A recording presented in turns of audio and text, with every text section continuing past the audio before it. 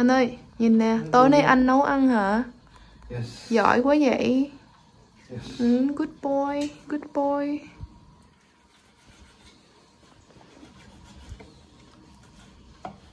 Good boy, good boy.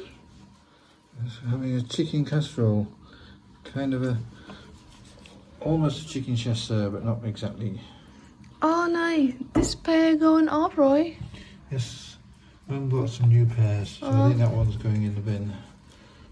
Trời ơi, lê ở đây ngọt lắm. Mình để trong cái gì anh, cái giỏ trái cây mà mình không, cái rổ trái cây mà mình không ăn tới nên nó hư rồi, uổng quá vậy.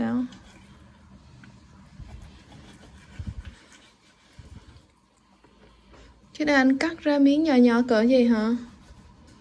This size, cỡ này, this size, you cut the chicken this size or smaller? Not smaller. No. Cỡ đó hả? Đây là những thành phần mà anh cần để nấu chicken casserole.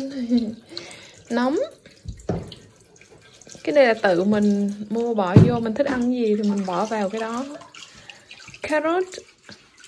Carrot và cà chua, tomatoes và leek. Cái leek này từ Hà Lan hay sao? Khổng lồ quá. Rồi bây giờ anh sẽ nấu chính, còn An hôm nay chỉ đi. Yep. An hôm nay chỉ là phụ trách món nấu cơm. Lúc này 6 giờ rồi đó, cả nhà vẫn sáng. Hôm nay trời đẹp quá. Oh, the oven. Yes, 200. Put the oven on 200. Here the fan oven. 200. Ok, anh biểu là bật dùm cái fan oven, cái lò nướng lên là 200. Anh đã bỏ gì trong này rồi? Honey? No, nothing. Bật lên sẵn sàng cho anh. Để sau khi mà anh nấu cái này á, cái hỗn hợp này xong á, thì anh sẽ đưa cả cái nồi này xuống dưới oven này, xuống dưới lò nướng nè. Ở trong này đó, bơ với hành với tỏi, giờ bỏ thịt gà vô.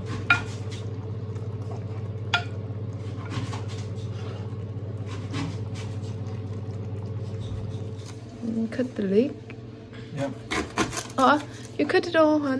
I mean the other bit as well. No, honey. That's all of it. You cut all of it? Yes, darling.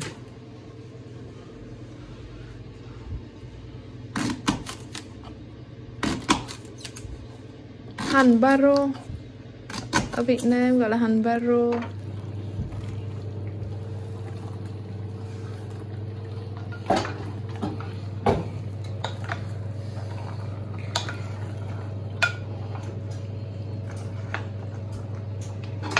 Goes into the pot and fry for a little bit on the top, and then we put it all into the carrot. So is it going to be sometime just after 7? It's going to be, I think, at 7 o'clock. Yes.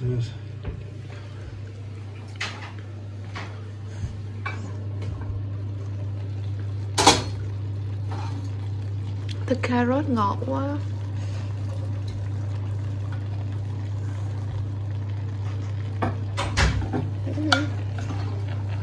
Seven o'clock for dinner. I think so. Yeah. Mushrooms. Cắt mushroom ra. Mushroom ở đây rẻ lắm nha, nấm ở đây rẻ, ngon nữa. Chắc cái hộp này cỡ bao nhiêu anh? 40 pence. Cái gì? 40 pence? Hộp này bao nhiêu? 40,000. Cỡ 40.000 hả? Rẻ đúng không? Yes. Rẻ so với Việt Nam. Khi mà nấu thì mấy cái này nó string lại mà. Còn tomatoes nữa.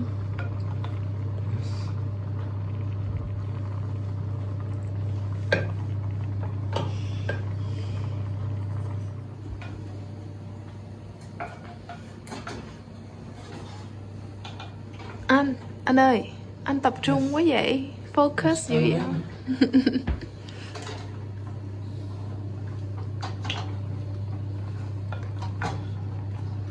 I don't want to spill it, it's too big. Cái nồi này nhỏ quá à. Yes. Bỏ thêm mushroom vô nữa cho hết luôn. Should I use a big pot? Sao anh không dùng cái nồi lớn hơn? Because there's only 3 of us. Okay, I think I'll have to ask Mum to invite the neighbours round. Mời thêm hàng xóm nữa hả? Chứ nấu nhiều quá hả? Tomato. Cà chua anh cắt ra miếng nhỏ nhỏ, cục nhỏ nhỏ vậy hả? Yes. I chopped tomatoes. I'm just seeing how much is tomatoes to give me an idea. But I want to make about 500 milliliters of juice.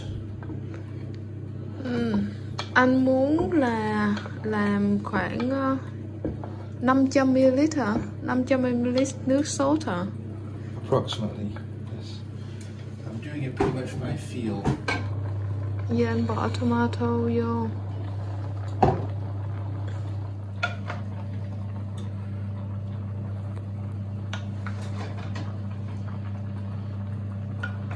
There's a lot of juice in there already. So I probably don't need all that much.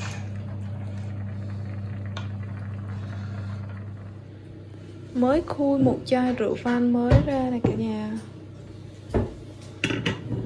Cái này là ngày mai sẽ đem vào cho ba. Đông vô cái chai nhỏ này để mai đem rượu vang vào cho ba. Còn chút nữa. Nãy anh Andy mới nấu, mới dùng để nấu nè. Chút nữa cả nhà sẽ uống rượu vang này.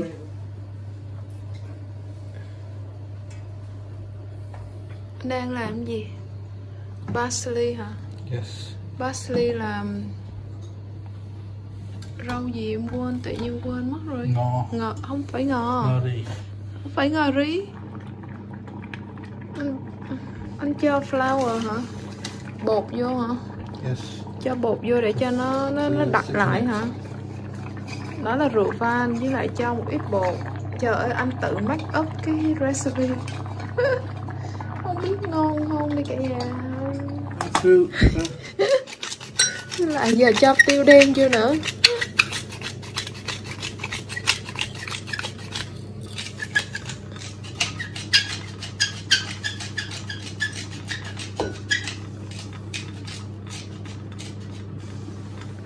Bit of salt.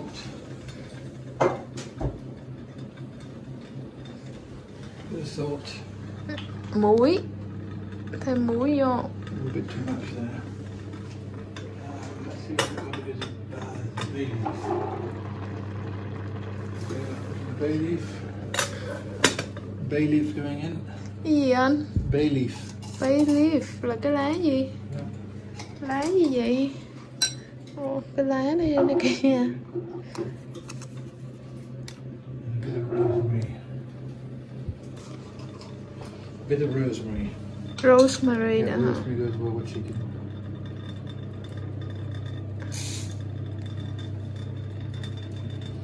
Should have got some fresh, but I'll do. Right, look out.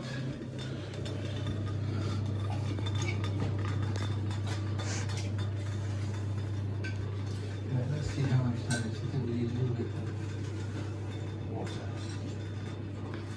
Put a little bit water in nữa hả? Yeah. Cho một ít nước vô nữa hả?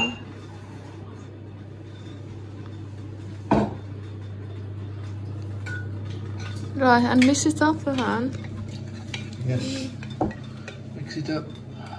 Rồi anh cho cái hỗn hợp hồi nãy vào.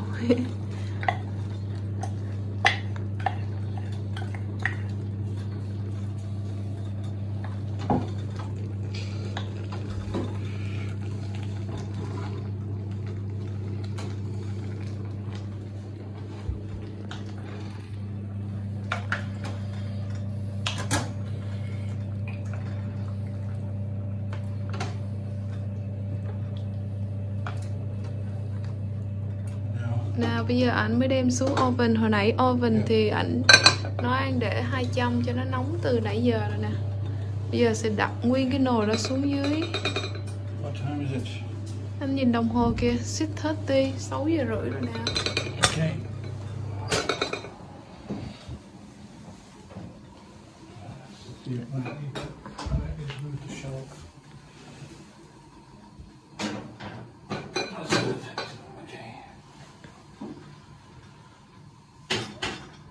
Nấu tiếp trong bao lâu nữa anh?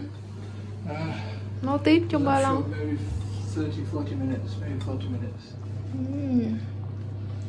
Mới lấy từ trong oven ra nè. Nhìn hấp dẫn chứ, bây giờ anh sẽ thử coi thịt gà đã nấu chín hết chưa, rồi sẽ ăn tối thôi. Bên này cơm đã nấu xong rồi. And it's 7:10 and that's what you said, your revised time. When you realise what time it was when you're starting to do it. Oh, what's funny? Which one? Be careful like that, yours. Okay, right. Well, the kitchen light's still on. Would you like some wine? Just a little, not too much.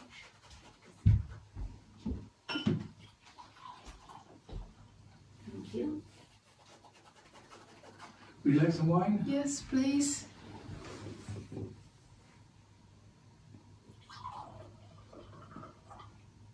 Oops, I drilled a bit. I should have taken Dad's idea of using a paper thingy. You want tissue? I get you Yes. tissue. It's running down, it's dripping off the bottom. Just got it when you grab it. Here, Yes, and yes, thank you. this one now. I should have. It's where you put it down. Should I help myself to some? I shall serve you. Oh, you're going to serve? Yes, Oh, I am. beg your pardon. I should put it on the table. I thought you were to help Yes, us. okay, in this position here.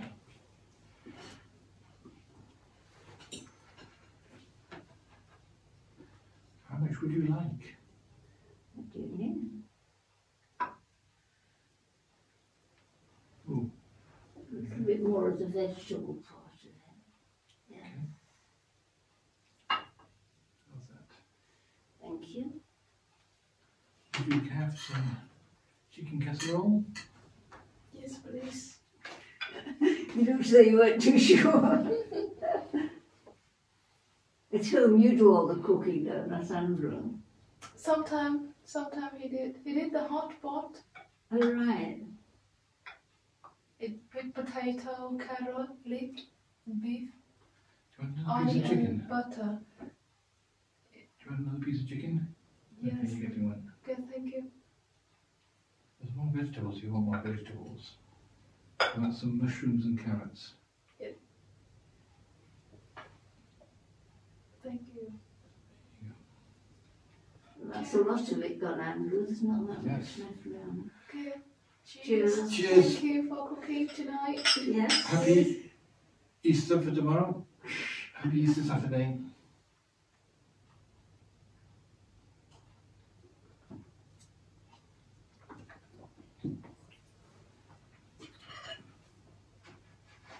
Not sure if we should be eating this with a knife and fork or with a spoon. A lot of juice, right? Maybe we need spoon, honey.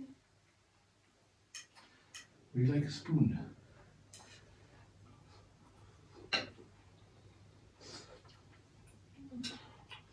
Hot. Hot.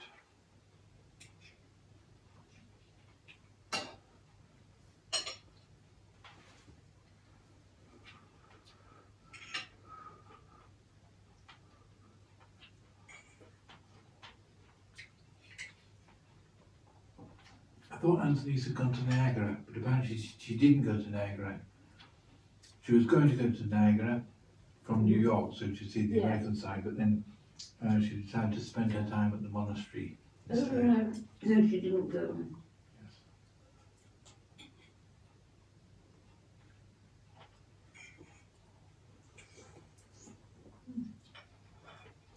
David and Christine sent a very impressive video of Niagara Falls.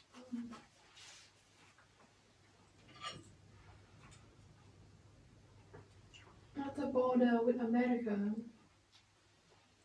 Yes. Niagara Falls is on the border of America and Canada. So Dave and Christine are at the Canada side.